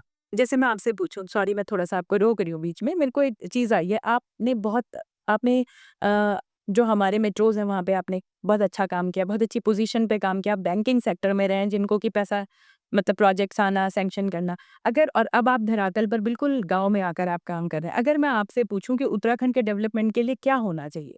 जब आप सपोज़ कीजिए आप कॉलेज बना रहे हैं या हॉस्पिटल बना रहे हैं, तो उसके लिए भी आपको 10 चीज़ें सोचनी पड़ती है कि नहीं? कैसे रहेंगे, क्या एटमॉस्फेयर है, क्या क्लाइमेट मिलेगा, किस तरीके से वो बच्चे यहाँ आएँगे या पेरेंट्स आएँगे, उनको रहने के लिए कहाँ जगह मिलेगी, किस तरह, तो ये सब चीज़ें हमारे को सोचनी पड़ती हैं। आप मार्केट भी देंगे उनको तो मतलब मॉल्स ना दीजिए, लेकिन एक घूमने के लिए ज़रूर वो दीजिए, ताकि शाम के टाइम वो रिक्रिएशन में कुछ कर सकें। कुछ एक्टिविटीज़, एक्स्ट्रा एक्टिविटीज़ के बिज़ी लिए रह सके। आपने टेहरी में बहुत अच्छा वो बनाया है, पानी वाटर स्पोर्ट्स का बनाया, लेकिन उसके साथ-साथ आप और एरिया को डेवलप कर दीजिए। वहाँ पे मार्केटिंग हो, लोग अब हमारी यहाँ की चीज़ें खरीदें, यहाँ का जो लघु करगा उद्योग है उसको डेवलप करो साथ-साथ, और सब चीज़ों से मिलाकर ही एक फिर एक अच्छा प्रोजेक्ट बन सकता है। तो मैं अगर वो आना भी चाहते हैं बाहर से, कोई यहाँ इन्वेस्ट करना चाहता है, तो इन्वेस्ट करेगा किस चीज़ में करेगा? पहले प्लान तो पूरा करेगा ना, लेकिन उसके लिए उसको क्या मिलेगा? सबसे पहले सरकार की तरफ से ईज़ ऑफ डूइंग बिज़नेस होना चाहिए, जो सबसे ज़्यादा डिफ़िकल्ट यहाँ पर है। आप उसकी परमिशंस कहाँ से लाएँगे बताइए? सरकार को चाहिए कि सबसे पहले जैसे जैसे आपके फ्री ज़ोन्स होते हैं, जैसे जैसे अपने हिमाचल में है, परवाणु इंडस्ट्रियल एरिया बनाया उन्होंने, तो उसमें क्या करते हैं, टैक्स का रिबेट दे देते हैं।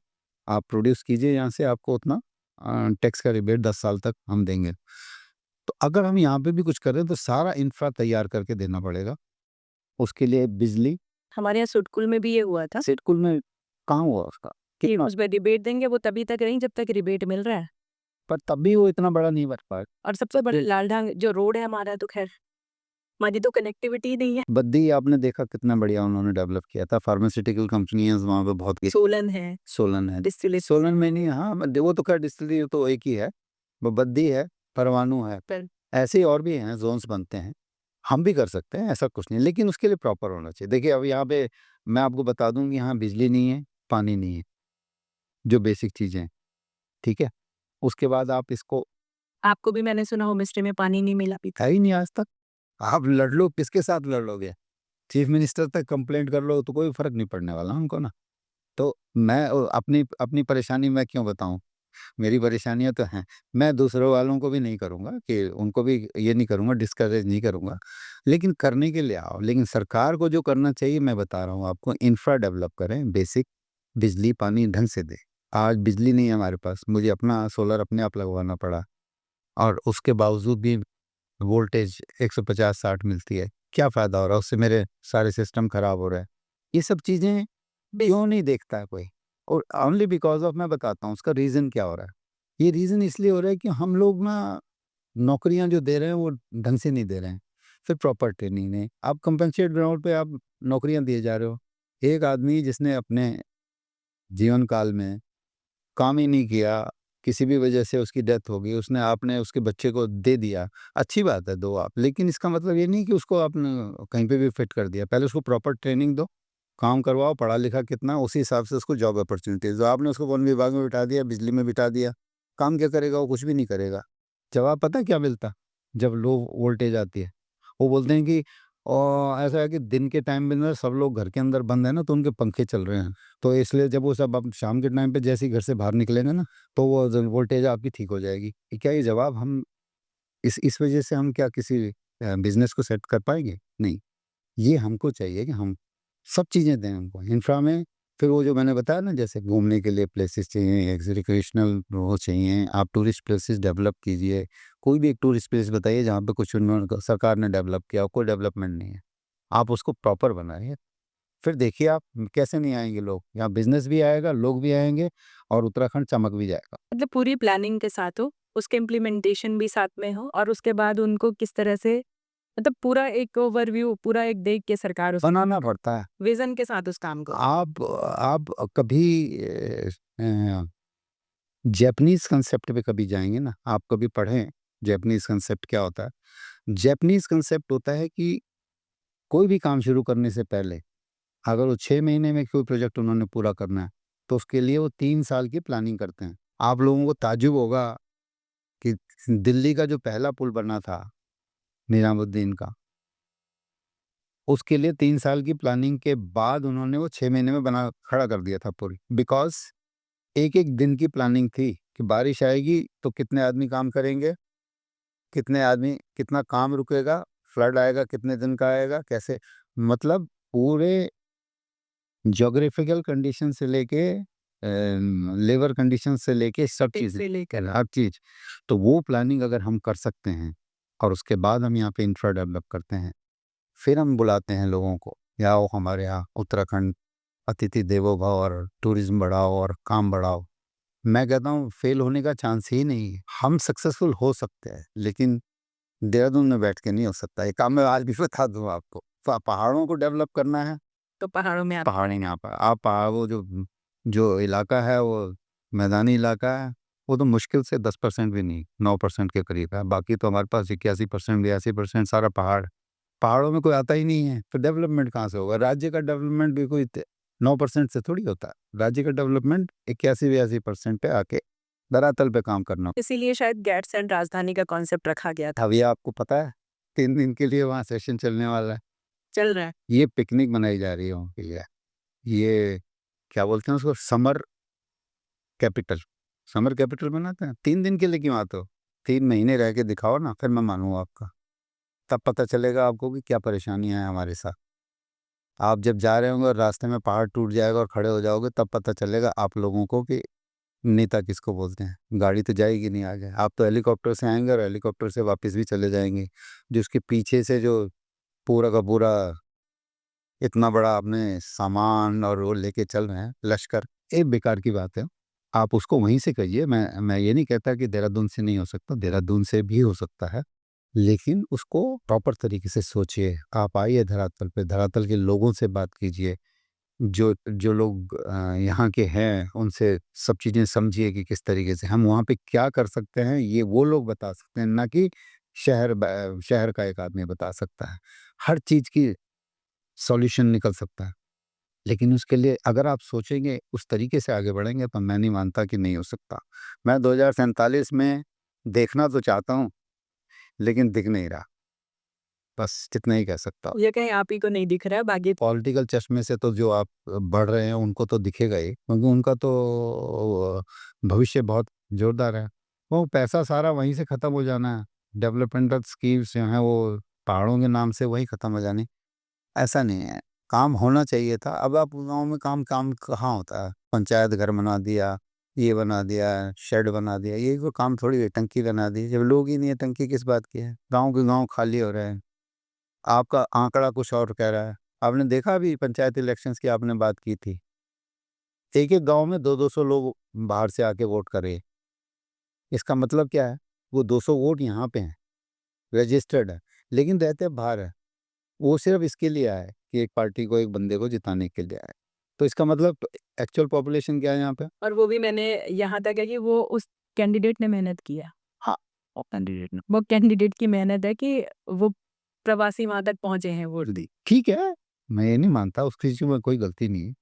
अगर वो लोग आके कुछ सपोर्ट दे रहे हैं और वो समझा के जा रहे हैं, तो अच्छा है, लेकिन काम होना चाहिए। काम नहीं होगा, अगर वो जीत गया और उसके बाद वो कहता है जी मैं तो सही तरीके से, सही सोच के साथ चलिए आप, कोई दूर नहीं है। वो दिल्ली दूर नहीं होती कभी। एक चीज़ मैं आपसे और जानना चाह रही थी, जो हमारे जैसा कि आपने सुना होगा कि हम कहते थे कि उत्तराखंड जो है हमारा, हम लोग नौकरी पेशा वाले लोग हैं। या तो हम फ़ौज में मिलेंगे या हम होटल्स में मैक्सिमम मिलते हैं। बिल्कुल, बचे हुए लोग जो हैं वो टीचर्स बन जाते हैं। बिल्कुल। लेकिन अगर मैं देखूँ तो हम लोग एंटरप्रेन्योरशिप में हमारी कोई बड़ी भागीदारी अभी तक नज़र नहीं आती है।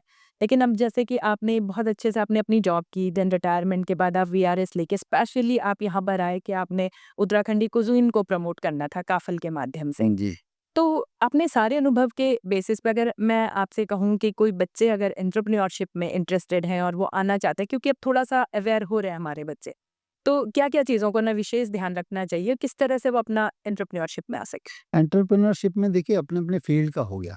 जैसे बिज़नेस पॉइंट ऑफ व्यू से अगर मैं कहूँ कि हमारे बच्चे होटल लाइन में बहुत अच्छा कर रहे हैं। ऑल ओवर वर्ल्ड शायद हम सबसे बढ़िया हमारा उत्तराखंड ही है। वो लोग अगर यहाँ आके अपना एक ब्रांड बनाना चाहते हैं, तो कोई बड़ी बात नहीं, कर सकते हैं। लेकिन सोच के आइए कि हम क्या करने वाले हैं। मिलेट के नाम से अगर आप चीज़ें बेचनी शुरू कर देंगे ना, और वेलनेस के नाम से भी चीज़ें बेचनी शुरू कर देंगे, तो शायद बहुत बड़ी चीज़ है, बड़े आराम से आपको मिल सकता है। वो ब्रांड आप ऑनलाइन कर सकते हैं। ऑनलाइन यहाँ पे सर्च कीजिए और बढ़िया से ऑनलाइन उसको, हर चीज़ को, उसकी पूरी क्या बोलते हैं, साइंटिफिक रिपोर्ट्स के साथ उसको हम आगे बढ़ा सकते हैं।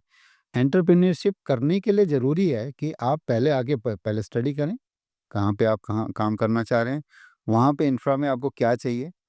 देखिए मैंने बताया आपको जैसे कि बिजली, पानी और मार्केट की बहुत बड़ी समस्या है, लेकिन अगर मार्केट अगर आप डेवलप कर सकते हैं, तो फिर तो आपके लिए कोई मुश्किल नहीं है। आप सिर्फ मार्केट ढूँढ के लाइए। मेरे पास ऐसे-ऐसे भी बच्चे हैं जो जो कीवीज़ पे काम कर रहे हैं। कीवी आज की तारीख में एक अच्छा फल है, लेकिन उसको करके उसने ऑलरेडी पहले मार्केट ढूँढी हुई है, तो वो मार्केट में ऑटोमेटिक जा रहा है। ये ना करें कि कोई भी काम शुरू करने से पहले उसका जो आप पूरा रिसर्च बेस्ड अल्टीमेट प्रोडक्ट आप बना रहे हैं और उस प्रोडक्ट को आप कहाँ बेचने वाले हैं, कैसे करने वाले हैं, वो ज़रूर करके आएँ। स्टडी कीजिए, एटमॉस्फेयर बहुत बढ़िया है। आप अपने साथ पूरा स्किल, अपना एक्सपीरियंस लेके आएँगे, तो बढ़ने में कोई दिक्कत ही नहीं है। आप कीजिए, ज़रूर कीजिए, और उत्तराखंड को मतलब जिस तरीके का यहाँ पे क्लाइमेट रहता है और जिस तरीके की यहाँ पे फैसिलिटीज़ अब धीरे-धीरे करके जैसे सड़कें बन रही हैं, और अगर आप चाहेंगे तो और भी चीज़ें आपको मिल जाएँगी। मैं मानता हूँ कि अब वाईफ़ाई जैसे आईटी वाले बच्चे आना चाहते हैं, बहुत से बच्चे आते हैं, कहते हैं कि हम यहाँ पे अपना ऑफ़िस यहीं से चलाना चाहते हैं। चलाइए ना, क्यों नहीं कर सकते? अपने साथ टीम लाइए, सर्वे कीजिए।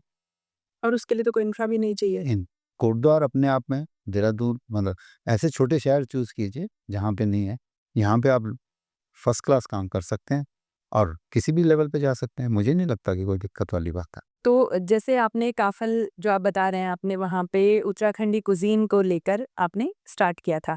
तो थोड़ा-सा मुझे आप ये बताइए कि उत्तराखंडी कुज़ीन को लेकर जब आपने वहाँ पे जो शुरुआत की थी, तो जैसा सोचा था रिज़ल्ट भी उसी तरीके का आया है या कुछ बहुत अलग रिज़ल्ट आए हैं? नहीं, बिल्कुल अच्छा है। अच्छा, हाँ, आप अच्छा सोच कर आए थे और वैसा ही आपको मेरे को उससे बढ़िया मिला। अच्छा, तभी तो कहता हूँ ना कि आप सोच समझ के आइए और उसको उसी तरीके से इम्प्लीमेंट करने की कोशिश कीजिए। धरातल पे लाने के लिए पहले तैयारी तो कर लीजिए। मैंने तो ये सोचा था कि मैं अपने लोगों के बीच में उत्तराखंड का जो फूड है वापस लेके आऊँगा, ताकि उनको याद आए अपनी नानी की, दादी की, माँ की। ठीक है कि नहीं? गैस का परोठा अगर हम खा रहे हैं, तो गैस के परोठे को जैसे ही हमारे यहाँ खाएँगे, वो कहें, "अरे यार! दादी भी ऐसी खिलाती थी।" है ना? उसमें घी लगा के बढ़िया। हाँ, अगर मैं अगर आपसे ये कहूँ कि मैंने उत्तराखंड में ये गैस के पराठे को क्यों इंट्रोड्यूस किया वहाँ पर, क्योंकि मेरी माँ खिलाती थी मुझे। तो मुझे लगा कि ये मेरी माँ इतने अच्छे तरीके से खिलाती थी, तो मैं वही चीज़ क्यों ना दुनिया को दे सकता हूँ। और था वही, वो क्या कौवा की रोटी, उसमें बीच में अंगूठा मारा, गरमा-गरम उसमें गड्ढा हो गया, उसमें घी भर दिया। तरीका था, दिमाग में फिर बैठा हुआ था कि यार घी के साथ बढ़िया चीज़ होती है, लूण के साथ बढ़िया होती है। तो मैंने भी वही सोचा और मैंने वो किया। लेकिन हाँ, मुझे मुझे ताज्जुब हुआ जब नॉन उत्तराखंडी लोगों ने हाँ, मेरे मेरे दिमाग में भी यही बात आ रही थी कि हमने तो चलिए खाया है तो एक टेस्ट रहता है, पर जो नॉन उत्तराखंडी है उनका रिस्पॉन्स कैसा था? बहुत बढ़िया रहा। मैं आपको बता नहीं सकता कि उन लोगों ने इतना पसंद किया कि उन्होंने बोला कि आज तक ये क्यों नहीं था ये? आज तक क्यों नहीं दिखाई दिया हमें कहीं? और आपको पता है कि मैंने दिल्ली देहरादून हाईवे पे भी खोला था, वो तो अल्टीमेट एक्सपीरियंस था। उसका हमने एक वीडियो भी बनाया था और बहुत वायरल भी अच्छा हुआ था। मैं ये कहता हूँ कि उन लोगों को तो बड़ा पसंद आया, जबकि मैं उसको पराठे को लून, भांग की चटनी और घी घी 3 चीज़ के साथ दे रहा था। उसमें कोई नई चीज़ नहीं थी। कभी-कभी पापड़ दे देता था। कहने को ड्राई है, लेकिन लोगों ने बहुत पसंद किया उसको। और इतना-इतना था कि वो हमारी टैगलाइन बन गई थी, आपको मैंने बताया था कि अंकल अ, पेट भर गया नियत नहीं भरी। तो अगर उन लोगों को पसंद आ सकता है, हमारे लोगों में भी ऐसा नहीं है कि हमारे लोगों ने पसंद नहीं किया। जितने भी देहरादून ट्रैवल करने वाले अच्छे-अच्छे लोग थे, उन सब ने मेरे को बोला कि यार मज़ा आ गया कि ये चीज़ें मिलनी चाहिए थी। इवन अगर मैं कहूँ कि फ्रेंचाइज़ी के लिए बहुत लोगों ने मुझसे अप्रोच किया। विदिन अ मंथ, मतलब फ्रेंचाइज़ी के लिए 2 महीने के अंदर-अंदर मेरे पास ऑफ़र आने लग गए थे और मैंने कहा भाई साहब पहले मुझे टिकने दो। उसके बाद सोचेंगे। Let me establish it first, उसके बाद मैं आपको दिखाता हूँ कि क्या चल, लेकिन कर सकते हैं। ये जो मैं एंटरप्रेन्योरशिप की आपने बात की है, अगर ये बच्चों को मैं बता दूँ, आपको शायद पता नहीं होगा कि ओनली पराठा नाम से एक ब्रांड है बॉम्बे में। वो सिर्फ़ पराठे ही बेचता है, 35 तरीके के पराठे बेचता है। अब वो पराठे में ही करोड़ों रुपए का मालिक है। हम भी अगर अपना पराठा क्यों नहीं दे सकते? हमारा क्वालिटी देनी पड़ेगी। बस क्वालिटी क्यों नहीं दे सकते? हमने दी ना, मेरे पास एक्सपीरियंस नहीं था, मैंने दी ना। आप बताओ, मैंने काँसे की थाली में, पीतल की कटोरी में, पीतल की चम्मच, सब सब चीज़ें दी ना और उससे उससे एक ग्रेस बनी। ये तो मेरा था। और अब जो जो लोग एंटरप्रेन्योर्स हैं, जो लोग शेफ़ हैं, जो लोग फील्ड देख चुके हैं, बड़े-बड़े काम कर चुके हैं, वो तो और अच्छे तरीके से आ सकते हैं, क्यों नहीं आ सकते? करो। वैसे भी हमने देखा है कि जैसे हम पंजाब चले जाते हैं, राजस्थान चले जाते हैं, तो वहाँ का लोकल कुज़ीन ज़रूर सर्व होता है। हमारे यहाँ नहीं होता। जनरली आप अभी भी जो मैं यहाँ पे काम कर रहा हूँ आपको गुमखाल में, यहाँ पे लोग आते हैं, स्पेशली होटलों से आते हैं, जो होटलों में रुके हुए हैं, वो आके हमसे बोलते हैं आप अपना कुज़ीन लोकल पहाड़ी मैं नहीं खा हम नहीं खाएँगे आलू का पराठा, हमें तो वही पराठा चाहिए जो आपका लोकल है। बिल्कुल। आप हमारी मिक्स दाल खिलाइए ना, मैं कहता हूँ अच्छे-अच्छों को फ़ेल कर दे, दाल मखनी को फ़ेल कर जाती है। तो फिर क्यों नहीं हमारे यहाँ ये चलन में आया है अभी तक? हमारे जितने भी आप कोटद्वार में देखिए, आप सतपुली चले जाइए, इवन पहाड़ों में भी चले जाइए, वहाँ पे भी मैगी और पनीर और मिक्स वेज, आप देखेंगे तो मेन्यू में यही होता हमारे यहाँ का आदमी जो है ना, वो ईज़ी गोइंग चलता है। उसको मैगी बनाने में कुछ नहीं लगता। दूसरी चीज़, वो संतुष्ट है। उसके पास सुबह से शाम तक उसकी 20 मैगी बिक गई और उसके बाद 500 रुपये आ गए, उसका प्रॉफिट हो गया, खुश हो, और अपना तो काम हो गया बस। वो उसमें खुश है, वो अपने को बढ़ा प्रोग्रेसिव नहीं है। जहाँ प्रोग्रेसिव अप्रोच जो आपने अभी पूछा ना कि एंटरप्रेन्योरशिप में बच्चे आएँ, मैं कहता हूँ आप इसी को पैक करके भिजवा दीजिए कहीं, पराठे को ही पैक करके भिजवा दीजिए, बड़े प्यार से जाएगा। ऐसी कितनी चीज़ें हैं, मैं ये एक चीज़ की बात कर रहा हूँ, ऐसी बहुत से क्विज़िन्स हैं जिनको हम कर सकते हैं और क्यों नहीं हो सकता? Uttarakhand cuisines one of the best. तो एक बार मेरा भी हमारा एक पॉडकास्ट हुआ था एक शेफ़ के साथ और आप यकीन करेंगे शेफ़ जो नेटिव हैं वो कश्मीरी पंडित और वो उत्तराखंडी कुज़ीन पे काम कर रहे थे। तो जब मैंने उनसे पूछा कि हमारा उत्तराखंडी कुज़ीन इतना, जबकि आप ये देखेंगे कि वर्ल्ड ओवर किचन में अगर कोई उत्तराखंडी एक ज़रूर मिलेगा आपको। तो उनका कहना था कि जिस देश को हम जानते भी नहीं है वहाँ पर भी आपके यहाँ का कोई ना कोई उत्तराखंड का बंदा मिलता है। लेकिन तो मैंने कहा कुज़ीन क्यों नहीं पहुँचा? वे कह रहे ये लोग हिच करते हैं, क्या आपको भी ऐसा लगता है? हाँ? प्रेज़ेंटेबल उसको प्रेज़ेंट करने में खुद से ही पहले घबरा जाते हैं कि दूसरे को पसंद आए, ना आए, या सारे इफ एंड बट खुद ही लेके चलते हैं। नहीं, मैं इस चीज़ को अगर मैं ये कहूँ कि शुरू से ही कुछ हीन भावना, क्या बोलते हो आप इसको, डिप्रेशन, अपने डिप्रेशन अपने भुजा अपनी चीज़ों को इतना वो सोच ही नहीं पाए कि हम भी। प्रमोट नहीं करते हम। आप कह रहे हो इसको हम अच्छे तरीके से, बहुत अच्छे तरीके से रख सकते हैं, क्यों नहीं रख सकते आप? आप आइए ना, हम आपको बताते हैं किस तरीके से आप क्लास, जब केले के पत्ते में साउथ इंडियन डिश आपको मिल सकती है और आप उसी को खाते हो 3 गुने पैसे दे के, बिल्कुल। खाते हैं ना, तो हम क्यों नहीं अपने ही कांसे की थाली और भी जो मैं हाँ, पत्ते हमारे यहाँ वे कम है क्या? पत्तल आलू के पत्ते हैं, हाँ, लगे सारे पत्ते हैं, पत्ते हैं। हम उसी पे क्यों नहीं डिश पर उसी पे सर्व कर दो ना, वही बढ़िया खीर, झुंगरू की खीर दे दो आप। देखो आप कैसे नहीं आएगा? बनाने वाला तो आप, शेफ़ तो आप ही हो ना। आप बनाओगे उसको जिस तरीके से, the only thing is the test. और मतलब पहले हमें खुद भी कॉन्फिडेंट होना पड़ेगा। क्यों नहीं? जो हम जो दे रहे हैं वो बेस्ट है, वो अच्छा है। क्या बात कर रहे हो आप? मैंने क्या बोलते हैं उसको, झुंगरू की खीर, इतनी सी खीर जो है, वो आदमी ₹150 में बड़े प्यार से खाता था। आप बोलिए क्या टेस्ट होगा? क्योंकि उसमें हम सब इंग्रीडिएंट बहुत बढ़िया डालते थे। ड्राई फ्रूट्स आपको डलेगा, गुलाब जल आपको डल के देगा, गुलाब हाँ, के मतलब पत्ते, क्वालिटी गुलाब के पत्ते हम ऊपर से रख के देते थे, तो आप देखो ना उसका प्रेज़ेंटेशन कितना हो गया।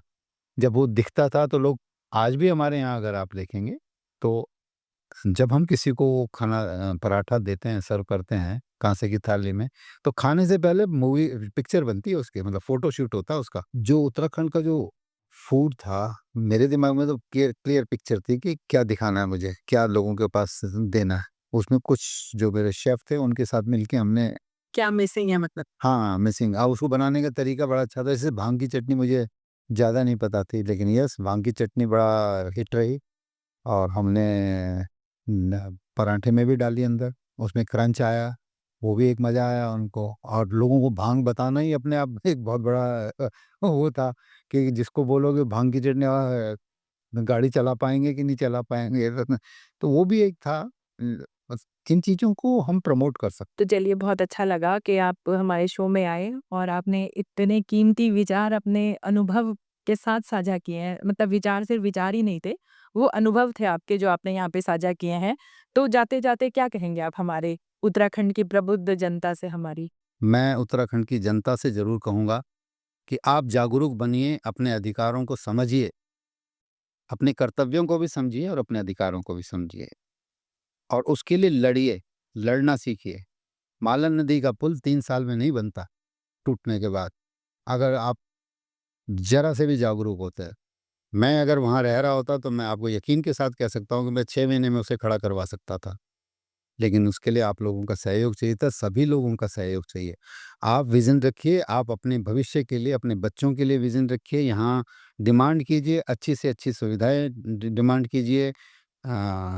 स्टेशन को डेवलप अच्छे से कराइए, बस स्टॉप अच्छे से डेवलप कराइए। सड़कों का डेवलपमेंट होना चाहिए, स्कूलों का, कॉलेज का, कौन-सी चीज़ नहीं है जिसके लिए आप नहीं लड़ सकते, और उसके लिए आवाज़ उठाइए। पॉलिटिकल कभी भी कोई काम नहीं करता है जब तक जनता आवाज़ नहीं उठाती है। रोते हैं तो आपने सुना ना कि रोते हैं तो दूध मिलता है दूध बच्चे को। मिलता है बच्चे को। आप नहीं रोएँगे तो नहीं मिलेगा। लेकिन आप कीजिए, खड़े होइए, अपने अधिकारों को समझिए और उत्तराखंड को चमका कर दिखाइए। मैं वैसे तो बहुत छोटा-सा इंसान हूँ, लेकिन फिर भी कभी भी मुझसे किस विषय पे कोई बात करना चाहे, मैं I am always open.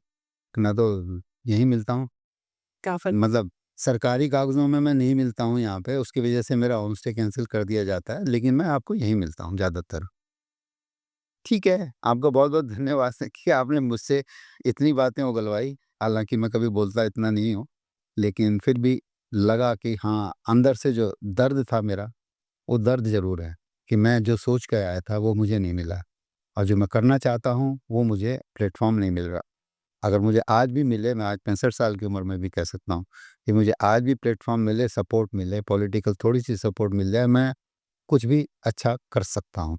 Uttarakhand के लिए तो मैं कम से कम इतना कह सकता तो बहुत धन्यवाद। आप हमारे शो में आए, कीमती विचार साझा किए, बहुत सारी जानकारियाँ भी मिली और समय-समय पर हम आपकी वैसे भी मदद लेते रहते हैं क्योंकि उत्तराखंड के प्रति आपका जो एक अनुभव है, वो काफ़ी अच्छा है और बहुत कीमती है। तो बहुत धन्यवाद हमसे जुड़ने का, हमारे शो में अपने विचार साझा करने का। आप ऐसे ही चलते रहिए, बहुत-बहुत धन्यवाद। तो आप गिरीश नौटियाल जी से मिले। आपने देखा होगा उनके उत्तराखंड के प्रति क्या भाव हैं, क्या विचार हैं और 65 साल का एक व्यक्ति आज भी उतना ही उतनी ही एनर्जी के साथ उत्तराखंड के लिए सोच रहे हैं, उत्तराखंड में रहकर कार्य कर रहे हैं, तो हमारा युवा क्यों नहीं कर सकता? और उनके पास एक अच्छा खासा अनुभव है।